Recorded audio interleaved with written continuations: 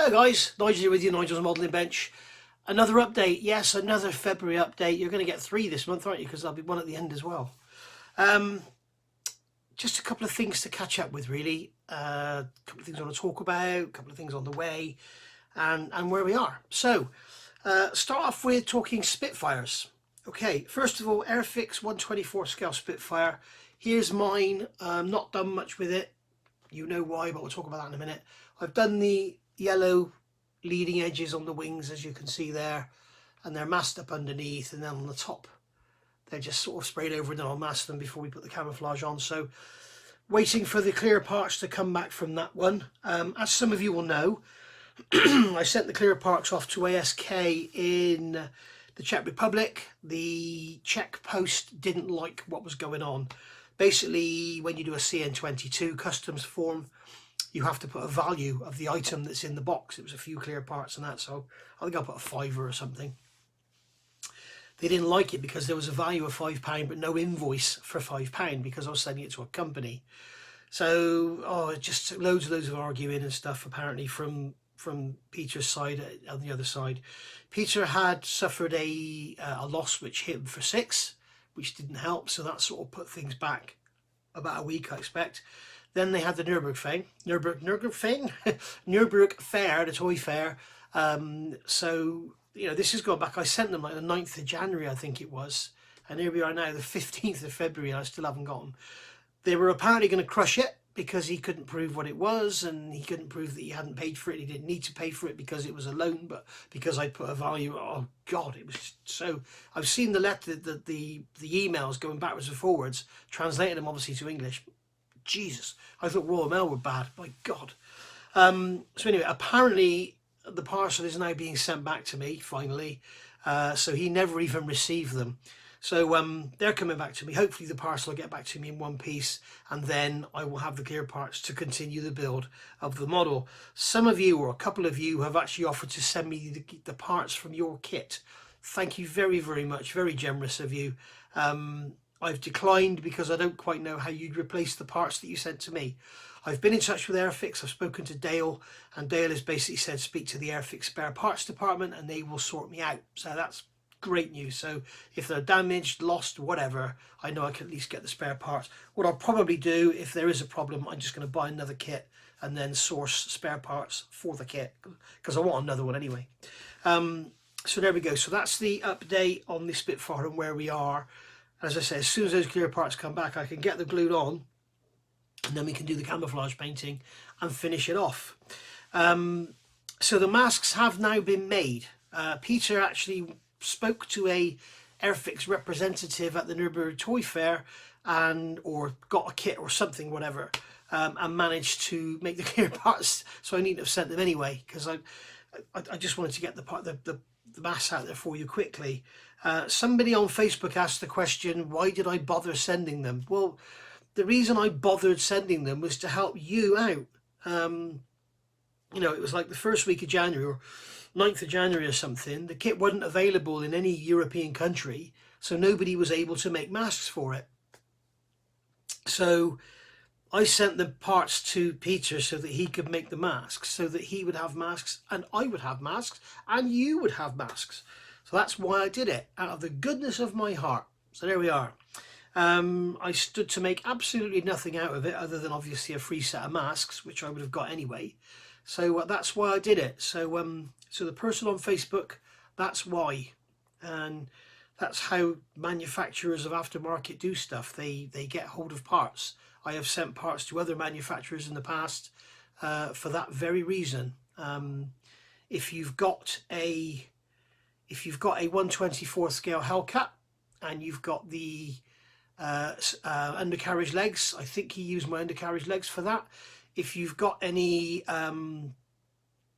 aftermarket for your Typhoon, he used my undercarriage legs for that, and he also used some rockets and missiles and stuff from that kit for that. I also sent all my Lancaster clear parts away, as you know, so that's the way it goes. We help each other out, kind of thing, you know. So basically, yeah, the masks have now been made and they are on their way to Hannants. So if you're in the UK, I would get a pre-order in at Hannants because they'll sell out. The part number for the single is 200 M24001, and the part number for the double is 200 M24002. Obviously the single is just going to be your outside masks, and then your double is going to be your inner and outer mask. So if you go and watch my Hurricane build, you'll see the difference there in the outer and the inner. I'm going to use the outer and inner on mine. I've got some on the way. They're coming tomorrow apparently. So, and I've got somebody I'm going to send the other ones to straight away, Aid. So there we go. The Hurricane masks apparently are out of stock as well, everywhere. Apparently, this is what happens now. I've got so many people watching my channel that I promote something, I say it's good, and you will go and buy it, which is great for getting more people to send stuff over for me to try.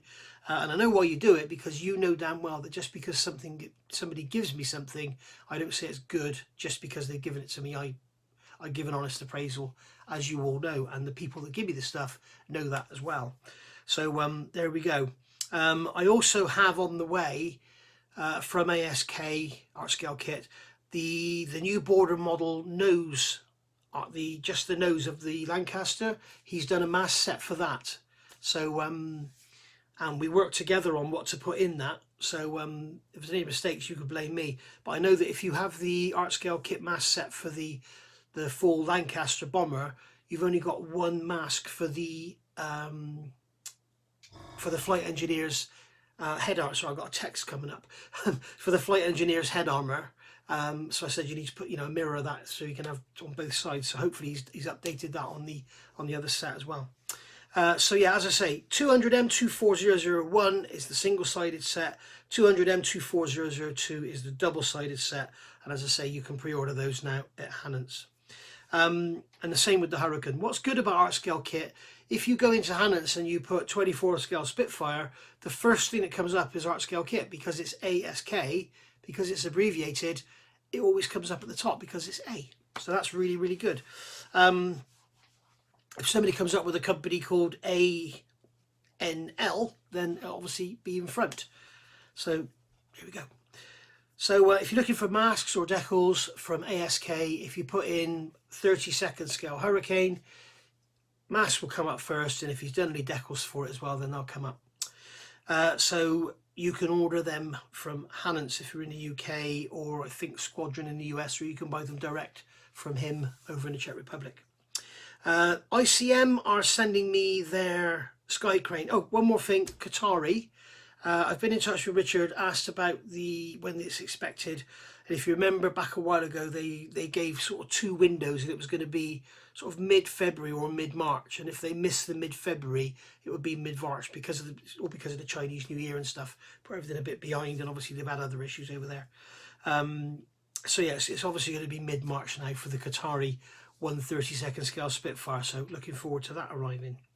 ICM have been in touch. They're sending me my Sky Crane out today. Today that kit is available, the 135th scale Sky Crane. So if you want to get yourself one of them, get one ordered. It looks like a beauty. It's huge. I just hope they've actually made the rotor head so it can be lifted off the model and then sort of led up on the wall, because otherwise you've got this 800mm diameter bloody rotor head to look after, because it didn't have folding rotors as far as I know. So there we go. I've just been watching Ian actually over on Bay Models. I don't know if you've seen him. Bay Models YouTube channel. Go and have a look. Ian is his name. Great guy. Looks very much like me with the beard and the glasses and that. He's currently just started an Airfix Classics Bristol Bulldog, so go take a look and see what you think of that. He's only got a couple of 100 subs and he deserves more than that. What's the other thing? Yeah, pre-shading. Last night the Hurricane build part 5 went out, and there was some talk on there about pre-shading I've seen in the comments after. Pre-shading is a very, very what's the word I'm looking for? It's a very dodgy subject. Pre-shading is not actually accurate. Recessed rivets are not actually accurate. Panel lines are not actually accurate.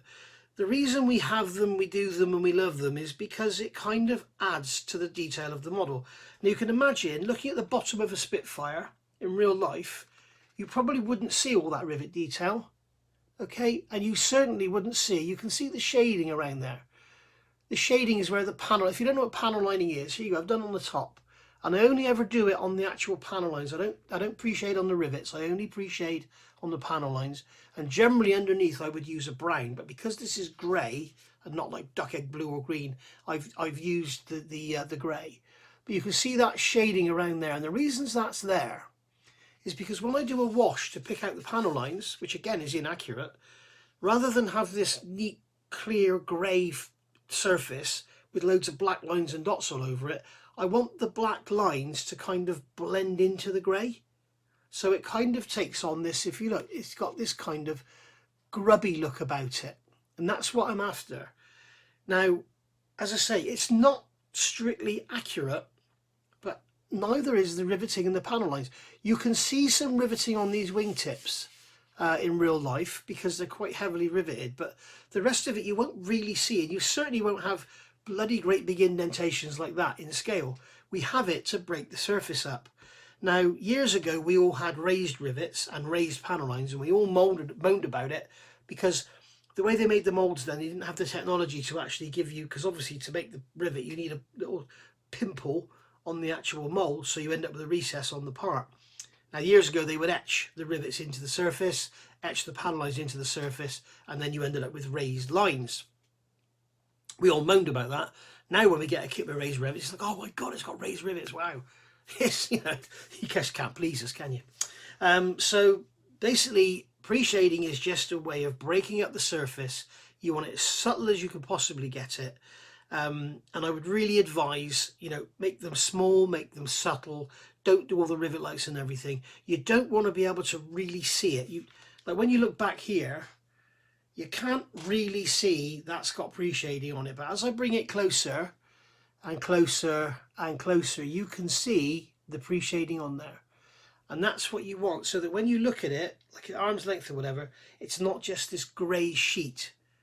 You know, there's about arm's length to you. It's not just a grey sheet. It's got some interest to it. Okay, so there we go. It's just a bit of artistic license. That's all it is. Right, last video I did, if you remember in that video, I talked about getting the HPH 1/32 scale ME323, and I had a sort of brainwave that maybe I could do like a crowdfund or something for it, and a lot of you responded and said you'd be willing to go with that, and I thought, great, thank you very much. I know it's been done before. Other YouTube, I'm not going to mention any names, but other YouTubers have done it. They've actually crowdfunded a kit, bought it, and then done a review of it and everything, and everyone's more than happy. It basically gets you to see gets you to see the model that you're not going to otherwise see for just a couple of pound or whatever. I've since decided against doing it. I don't basically want the commitment really for doing it, so I've decided against doing it. I haven't completely gone off the idea of getting the kit, but basically what's happened is somebody, they know who they are, have decided to go over to the HPH site that I linked in the bottom of that video, where you could go and see the ME323 Gigant, and where you've gone over, where I said to you, you know, go in and say Nige sent me. Basically it's to help them get more hits, help them get more subscribers, and helps the algorithm to get their video more prolific in YouTube. What happens is the more hits you get, the more likes you get, the more your video will come up. When if somebody looks for videos on models, then it will come up. Whereas somebody who hasn't had any hits, hadn't had any likes, their video won't show. So that's why we always say, you know, in live streams, get your thumbs up, because the more thumbs up you get, gets it more sort of higher up the list, almost like you do with Google. You know, when you go into Google and you search beans, you'll probably find Heinz will come at the top because it's the most hit station or channel or site for beans. That's basically the way it works. So that was why I said you go over and say Nige sent me. That's just to put a comment. You know, Nige sent me just for a comment. And as I put in the wording at the top, because this all got a bit nasty and everything, I've basically said I have a good working relationship with HPH. They have given me stuff in the past to promote on the channel for them, which I have done, and it's got them some good sales and feedback and everything. I did actually ask them if they had any promotional items for that kit, or indeed even a kit for promotion, and they said they have nothing at the moment. I'm sorry, but I have a good relationship, first name terms with Kate and everything there. So, you know, the person that's come on and accused me of begging and everything, but there is no need for it. So they've gone over there and they've commented on everybody that's put in there, and then jokingly said you should send Nigel a kit to build. It's all tongue-in-cheek, and then he should buy one and blah blah blah blah. And now the guy has gone and done something on Facebook and started onto a Facebook page and put comments in there about me begging and stuff, and other people have commented below and this, that and the other, and what I'm doing is tantamount to begging. Well, I can assure you it's not, okay, if you are watching, any of you. I can also assure you I'm not trying to scam anyone. And to anybody that's thinking of using the word scam in social media, I would be very careful. This isn't a threat to anyone, but I did see something the other day. It surprised me, to be honest, and somebody accused a third party of scamming someone, and they ended up in court. And it was literally a comment, "Don't bother with that, mate, it's a scam." And the company that were being insinuated as scamming actually took the guy to court and won. So be careful about what words you use on social media. So I've been accused of being a scammer, begging, you know, blah blah blah blah blah. I am not a beggar. I don't beg for anything. I sometimes approach companies and say, would you be interested in working with me and promoting your stuff on my channel? And quite often the answer is yes, and the results are generally successful. Airfix do it, ICM do it, HPH do it, Border Model do it, Premium Hobbies, Art Scale Kit, One Man Army, the list goes on, okay? So yeah, this is what happens when you get more and more popular in YouTube. People will give you stuff to promote on the channel, and you do an honest appraisal of it, you show how it works, whatever, and people will then go and buy or not buy it. So there we go. So yeah, for those of you out there that want to slag me off or whatever, I haven't done any begging. I never have done any begging, and I've basically forgotten the idea. But I do want to say thank you, because what you've done is, because everybody loves to see a bit of shit stirring, don't they? So the comments that you've made have got lots and lots of watches and earned me quite a lot of subs. So thanks for that. And no doubt it will carry on like that, I expect. So thank you very much for watching, and I will see you all soon. As I say, ICM Sky Crane is imminent, and the Spitfire clear parts are imminent. So hopefully we get both of them on the bench, and I need to get some more work done on the Lancaster. That's sat over there in its wooden frame, and there's my other one behind me there. Look, you see there's the second one just there. There he is, look there. So thanks for watching. See you all soon. Bye.